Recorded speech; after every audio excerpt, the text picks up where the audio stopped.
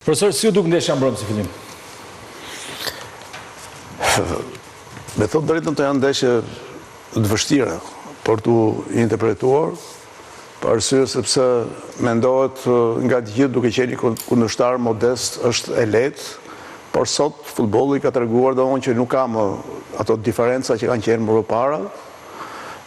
Andorra edhe në ndeshje tjera i ka humbur minimalisht me skuadra si Serbia dhe Anglia.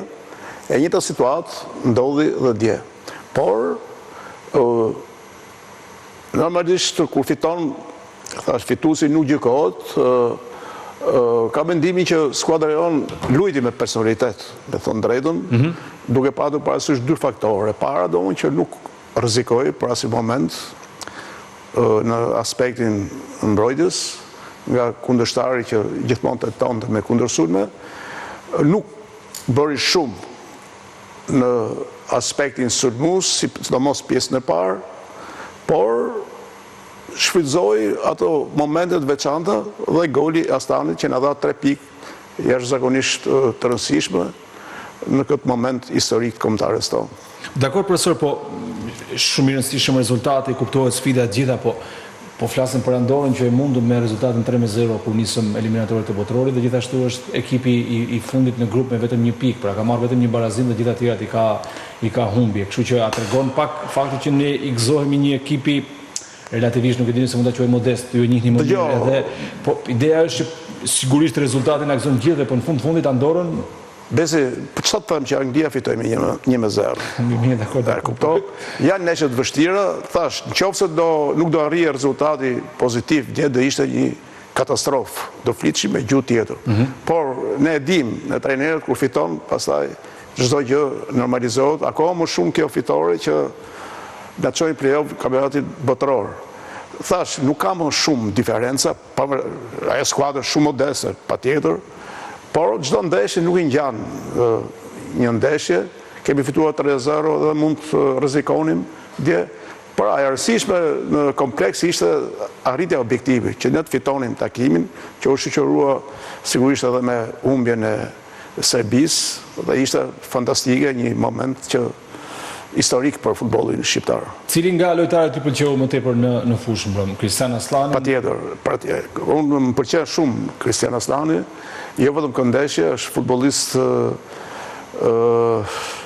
që luan gjithë pozicionet e mesit fushës, i themi në gjuhën profesionale, si 6, luan si 8, si 10, pra është një futbollist që është gjithmonë në lëvizje, njeh mirë pasin, goditjen, vertikalizimet, rikuperimet, pra është futbollist që nga ato mesfushor që është shumë i plotësuar po sa i përket cilësive dhe vlerave të tij. I kanë bërë hajër, le të themi, ose i kanë bërë mirë minutat më shumë që ka tek Torino në krahasim me siç aktivizohet tek Interi? Po nuk ka rëndësi kështu, sepse ka shumë, ne do të jemi realistë, ke Interi nuk ka patur minuta shumë, por Interi është skuadër e madhe. Ky ishte një mosh 3, patjetër që ai nuk është futur kot tek skuadra e Interit, që ndoi 2 vjet, tani ka shkuar tek Torino. Unë jam i bindur që ai është një futbollist që do luajë futboll, një 10 vjeçar, është futbollist shumë i kompletuar si. Kush gënjeu profesor për ju mbrëm? Se me që morëm rezultatet, tani mund të bëjmë një kritikë vogël se nuk mund të them zhgënjime, po nuk ishte nivelin e dytë, se zhgënjimi është fjalë e madhe.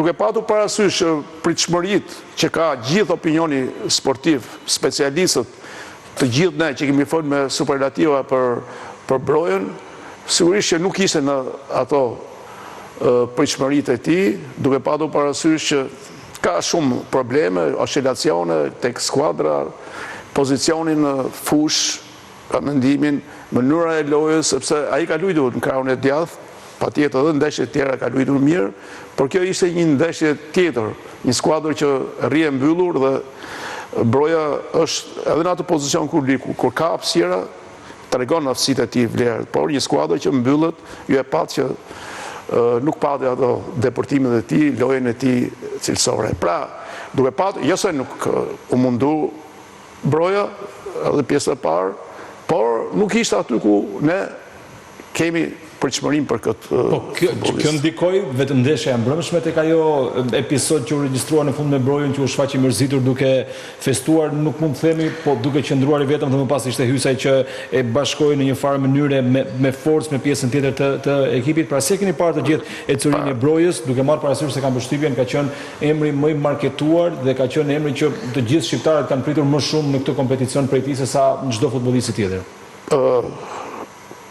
U bo vite, me thonë drejtën, ne kemi diskutuar gjithë specialistët, gjithë kanë mendime pozitive, sepse është një futbollist me shumë potencial, nuk thot njeri jo për Brojën, jo më këtë është me nivele, do në ka kaluar me skuadrat gjithë angleze, ka potencial, po përkalujen vitet dhe nuk është aty ku duhet, thashë, edhe për arsye të këtyre transfertave të shumta, të dëmtimeve, të shumta, nuk po është ai Broja që tjetë lojtari kryesor edhe në skuadrën ku aktivizohet, por sidomos në ekip kombëtar. Sepse është futbollist që ka cilësi të jashtëzakonshme. Dhe them që përsëri ne nuk do të godasim, sepse pavarësisht atë veprim unë nuk e di pse e ka bërë, për arsye sepse duhet të reagoj vetë. Patjetër. Patjetër nota 10 është për Hysajn, ka kapur një moment shumë bukur që e ka futur me shokut të festoj, sepse këto janë momente historike, momente të veçanta në play-off, që pavarësisht ngjeles momentale mbetet edhe mas 10 vjetësh. Po megjithatë ne nuk do të godasim, ashtu siç e kemi lëvëdëruar të gjithë opinioni, ne shqiptarët kthehemi në krahun e kundërt.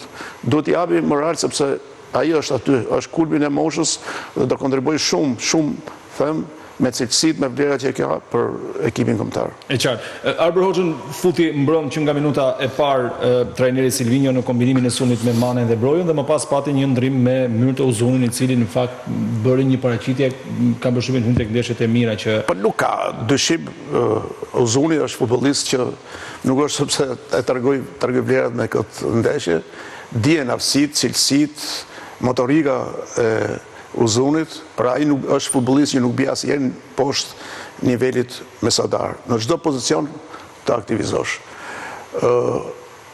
Them zgjidhet Hoxha. Patjetër që Hoxha është një futbollist, unë e njoh qysh në moshën 18 vjeç. Po. Ka qenë në Kosovë, është një futbollist me cilësi, me shpërthime, lojtar në krah që jep jashtëzakonisht ndihmë skuadrës. Por jemi në moment që kemi shumë futbollistë në pjesën, edhe kjo është pozitive, jo e pat, megjithëse nuk aktivizoi Bajramin, Uzunin, janë alternativa që ndryshojnë. Patjetër, ndryshojnë rrjedhën e lojës në një moment. Ndoshta ne mund të themi që nuk aktivizoi për shembull Bajrami me Uzunin, Silvinjo, por ka dhe merit që në momentin e duhur bëri ndrimet e duhur dhe i dhanë rezultat. Kjo është shumë pozitive për i trajner ku ka alternativa të forta. Mos harrojmë se kemi alternativa si Uzuni në sulm, si Asani, Daku, të rinë në stol këto futbollist Bajrami. Kjo është luks për ekipin tonë kombëtar. Tregon që kemi një skuadër shumë fort, kemi edhe futbollista që nuk kanë grumbulluar, nuk kanë ardhur me shumë potencial, lojtar shumë form, që unë e kam thënë, e them me sinqeritet, si Gripshi, një formë fantastike, ati ko luan, Muçi kam para një javë, në ndeshje me Galatasaray, me Trabzonspor, ishin nga më të mirët. Po, nuk është shqirur as për Andorën, as për Anglinë. Anis Mehmeti, është një nga më formë në kampionship, nuk është e lehtë. Do i vi radha patjetër, po kemi një grup lojtarësh jashtëzakonisht cilësor dhe të talentuar për të ardhmen. E qartë. Profesor, në shumë komente tifozësh... Tjetër, në veprimin mbrojtje, të rritëshi Smajli në stol, me i formë të shkërqyeshme, Ilber Ramadani, një nga lojtarët më të dallur do unë të Leqes, Berisha. Pra kjo të regon që kemi skuadër me shumë kualitet dhe shumë fort. E qartë, në shumë komente që të gjova sot në opinionin sportiv, më bëri përshtypje dikush që, dhe këtu duhet të analizoj pak trajnerin Silvinjo, që thoshte se Silvinjo ka më tepër fat se talent. Ju jeni dakord me këtë shprehje? Po, ke puna trajnerit patjetër është edhe ana profesionale, meritat, po njëkohësisht edhe fati është. Dakor, po ne po flasim për një peshore të përmbysur. Por tash unë mund ta gjykoj tani Silvinjon, mund të flas fjalët më të mira për arsye për ato që ka arrit nga ana profesionale me Shqipërinë. Pra, shkoi në Europian, në play-off është trajneri më i suksesshëm momentalisht, por patjetër që ka ardhur me një CV jo të pasur tek ne. Shqipëria po i bën jashtëzakonisht mirë, edhe ai bëri mirë Shqipërisë me rezultatet që ka arritur deri në këto momente. Por është e vërtetë që këtu tregoi jashtëzakonisht potencial si trajner, po varet se puna e trajnerit është periudhë gjatë, po para kësaj situate të ekipit kombëtar ka qenë një trajner që nuk ishte në fillimet e para dhe nuk ka pasur një CV të veçantë. E qartë. Profesor, duhet ndalem tek një tjetër element që ka të bëjë me angazhimin e futbollistëve nga kampionatet vendase të futbollit në kombëtare. Ju sigurisht prej vitesh keni një eksperiencë në drejtimin e klubeve më të mira të Shqipërisë dhe do doja të dija nëse e keni vënë re mungesën e lojtarëve nga kategoria superiore në kombëtare dhe a duhet të jenë më shumë të tillë. Duhet marr Julian Shehun si shembull, i cili që në momentin që mori besimin e Silvinjos, më pas ai në çdo ndeshje si mesfushore ka gjetur, po themi, hapësirën e tij për të qenë një prej yjeve të ekipit. Jo, unë këtë diskutim e kam bërë tani, por edhe para shumë viteve. Ka qenë një rast që trashin kur kam afruar tek Partizani për ilustrim. Ka qenë 21 vjeç, para 10 vjetësh, dhe insistoja që si s'po e marrin kombëtare. Edhe kur arritën ta afrojnë kombëtare, kur u bë 27 vjeç, 28 vjeç. Pra ishte prodhim i kampionatit shqiptar do të afrohej më shpejt. Rasti tjetër është Jasir Asani. Kishte 5 vjet që luante në ekip kombëtar, ishte merita e Silvinjos që afroi mas 5 vjeç. Dolet ke Julian Shehu, është i futbollist që unë e njoh, sa e kam pasur në Gelaçi 2 edicione. Ka qenë një nga lojtarët më të dalluar të Laçit, ishte kulmin e moshës 22-23 vjeç. Luajti me skuadër krah së bashku me Lushkin, ishte i dyshe fantastike, një lojtar që luajti me Laçi për 2 vjet dhe ishte pretendent për kampion, luajti në Kupat e Evropës, shumë i dalluar. Fati dhe merite Silvinjos, që ai e afron tani në moshën 26-27 vjeç. I thash të shembuj ti Besi, për arsye sepse ka shumë futbollista në Shqipëri, edhe momentalisht që ka lytë ke superiorja me Ilbera Madane, me shumë, se s'më kujtohen të shi, po dhe aktualisht të gjitha ekipet kanë lojtar për në ekip kombëtar. Po ku qëndron Gërçi? Jo, nuk kanë Gërçi, janë lojtarë që kanë ardhur në ekip kombëtar, po se s'do bëhet gjithë kombëtarja me lojtarë të superiorës. Në Evropian dhe s'kishte asnjë nga, pra Evropian ishte shembull që tani janë 5-6 që kanë kaluar ka për superiorja. Në sy që ndodhin në Evropian. Po ka futbollistë tash, u zoti përmend me emra, ka Dinamo, momentalisht më tepër se sa tek. Tu është çështje për zgjedhje. Për shembull, ti mund bie fjala, unë e njoh mirë superiorën dhe më të marrë shumë futbollistë. Ka Dinamo, ka Egnatia, ka Vllaznia, ka futbollista shumë. Si ishte problemi Julian Shehut? Ka luajtur 3-4 vjet në superiore, si binte me njëri. Si Julian Shehu ka shumë në Shqipëri. U desh Julianit shkoi në Poloni, është merite Silvinjos, që e zbuloi, jemi realist. Po, patjetër. Dhe si Julian Shehu ka përsëri futboll, ta them me bindje, ka shumë futbollista në Shqipëri. Pse ju mendoni se Lushja nuk është i rëndësishëm për ekip kombëtar? Po ka një shembull, po një rast. Kemi shumë futbollista, po thash nuk është koha për të diskutuar. Për shembull, unë shikoj një futbollist që është mënyra se si luan tek Dinamo, me thënë drejtën, nuk kam pas, është Qefalia, djalë i ri, super lojtar. Që ta fuzës në ekip kombëtar, jam i bindur që ai do luaj shumë mirë. Duhet të shkoj pak më tepër tek kjo temë dhe këtu më pas hyj pak edhe tek zona juaj dhe mund të jeni pak më të ndjeshëm sepse gjithmonë për shembull kur Silvinjo ishte në këtë pikë pyetjen se çfarë do të ndodhte me Botrorin, sidomos edhe pas rezultateve që patën për shembull ndeshja që ka qenë në një farë mënyrë dhe vuri në pikë pyetje e Corinë e tij, ishte ajo barazimi i 10 qershorit Letoni-Shqipëri kur nuk ishin në momentin e duhur dhe flitej Silvinjo që ndron çfarë ndodh pas Botrorit dhe del gjithmonë në element trajneri shqiptar, pra një trajner shqiptar që drejton kombëtare. Ka ardhur koha, profesor? Ja, shtem do unë që nuk jam... Keni konflikt interesi, po një koment e duam nga ju. Jo, unë kam qenë 2 vjet asistent me Oto Baric, kupto? Në 2006-2008. Është problemi që presidenti institucioni federatës e ka bërë këtë zgjedhje për 20 vjetësh. Janë probleme, i kanë justifikuar, i kanë bërë. Thonë që nuk ndikohet dot për shembull një i huaj. Është edhe ajo, me thonë drejtën, është një arsye. Mund të jenë edhe tuaj që mund bëhen si shqiptar, por është ajo distancimi me opinionin se sa një trajner shqiptar. Ndoshta kjo është arsye. Po për aftësi profesionale, ta them me bindje, se unë kam punuar thash 8 vjet në ekipet kombëtare, mos kujto se kanë diferencë. Kemi shumë trajnerë shqiptarë që mund të drejtojnë kombëtaren tonë, por ndoshta është kjo ngerçi i kësaj situate që unë po shpjegoj. E qartë. Sa shanse kemi realisht tani për kampionatin botëror, i kthehemi tek sfida e mbrëmshme dhe faza e play-offit, duke marrë parasysh edhe ato grupe ato skuadra që mund të na bien, pavarësisht se mbetet ende e paqartë ai përcaktimi i vazave të vendeve të dyta në të gjitha grupet, profesor. E para është që është sukses play-offi. Është arritje e madhe, por Oreksi vjen duke ngrënë, të shikojmë shortin, çfarë kundërshtarë do kemi përballë, dhe pse jo, bëjmë maksimumin, ne thash ashtu si fitu me Serbinë, një skuadër, sepse edhe këto ekipet e play-offit ka mendimin që në nivel e Serbisja, kështu që ajo fitoria me Serbinë, brenda në Serbinë transfert, e ka rritur shumë imazhin e kombëtarës tonë, përsa i përket personalitetit. Kështu që një ndeshje ndodh çdo gjë. Do t'ja bëjmë izmetin deri në momentet e fundit, pse jo mos shkojmë edhe në kampionat botëror. Thash kemi shumë potencial momentalisht në të gjitha repartet. E kuptoj, edhe është një skuadër shumë e fortë. Të ardhmen e Silvinjos, si shikoni tek kombëtarja apo do të mbetet play-offi për të kuptuar nëse ai vazhdon ose nëse do mendimin tim personal. Tash e kaloj lumin.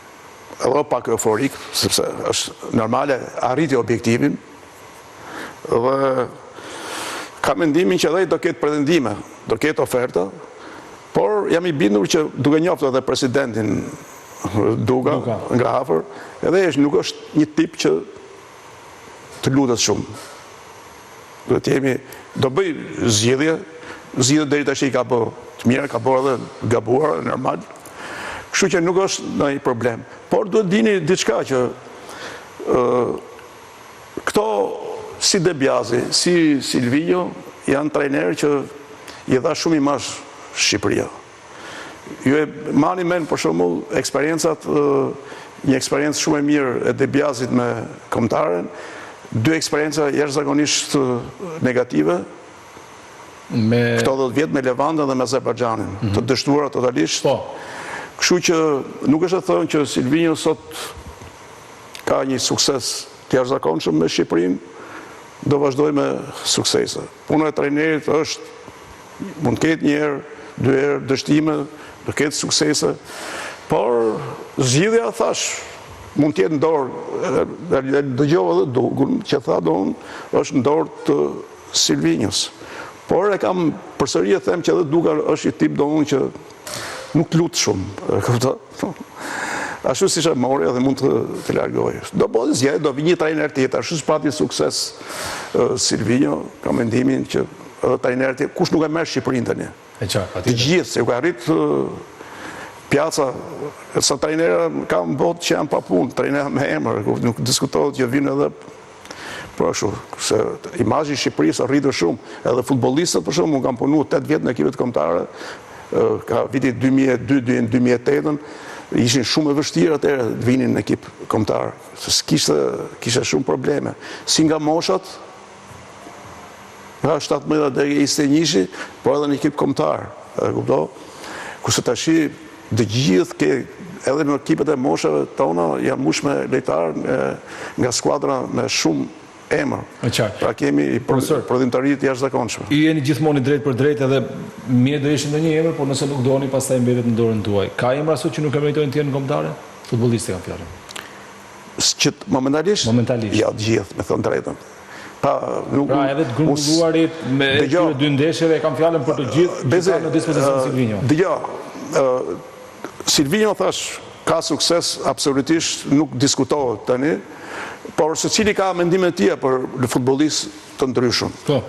Ne kemi shumë futbollista edhe në kampionatin tonë, edhe tuaj, unë jo më kot, përmenda Gripshin, Muçin, Mehmetin, se mos harrojnë e tjerë, por ka edhe shumë futbollista në Shqipëri. Këto çështje për zgjedhje gradualisht do fillojnë, do rinovojnë, do vinë i brez tjetër, ka ke U21 lojtar shumë talentuar, ke U19.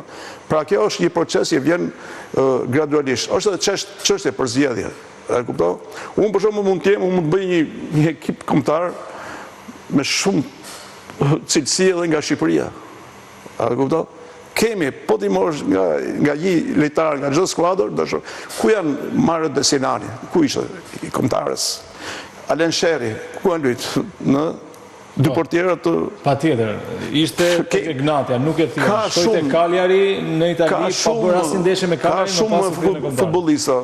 Thash, po ti jesh në emision më të gjatë, më shumë, unë t'jap një listë nga Shqipëria që do çuditesh ti, që po të luajnë nuk do kenë patjetër diferenca me këto që luajnë. Herën tjetër patjetër do të rakordohemi përpara dhe i sjellim disa alternativa tjera për ekimin kombëtar. Profesor, me Anglinë të dielën, vetëm si spektator, mrekullohemi nga yjet me të cilët jemi rritur, apo pse jo të përpiqemi pavarësisht se ne jemi të qetë tani mos e ka E para është që është ndeshje luksi për ne.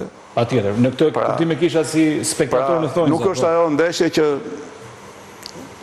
duhet me patjetër rezultati. Prandaj thashë, kemi qetësinë e rezultatit. Kështu që është e qetë, është një ndeshje testuese për skuadrën tonë në përballje me një skuadër momentalisht më të mirët në Europë, me rezultatet që ka arritur. E para në grup me 18. Unë e pas edhe ndeshjen në Angli, kam qenë në Wembley, nuk ishte se skuadra angleze dominoi me ne, por e zgjidhi me 2-3 momente, 2-3 situata ndeshjen. Edhe jam kurioz që skuadra jonë si do përballet me një nga skuadra më të fortë të Europës. Keni një parashikim për rezultatin në mbyllim me këtë? Dëshira është që dali barazim, me kupton, po tjetë për dëshirën e ta bëjmë fitore, pastaj të mundësit. Po s'besoj që deri ke fitoria, po ke barazim do jetë rezultat fantastik. Ishte shumë nësi që u kisha së gjithmonë. Faleminderit.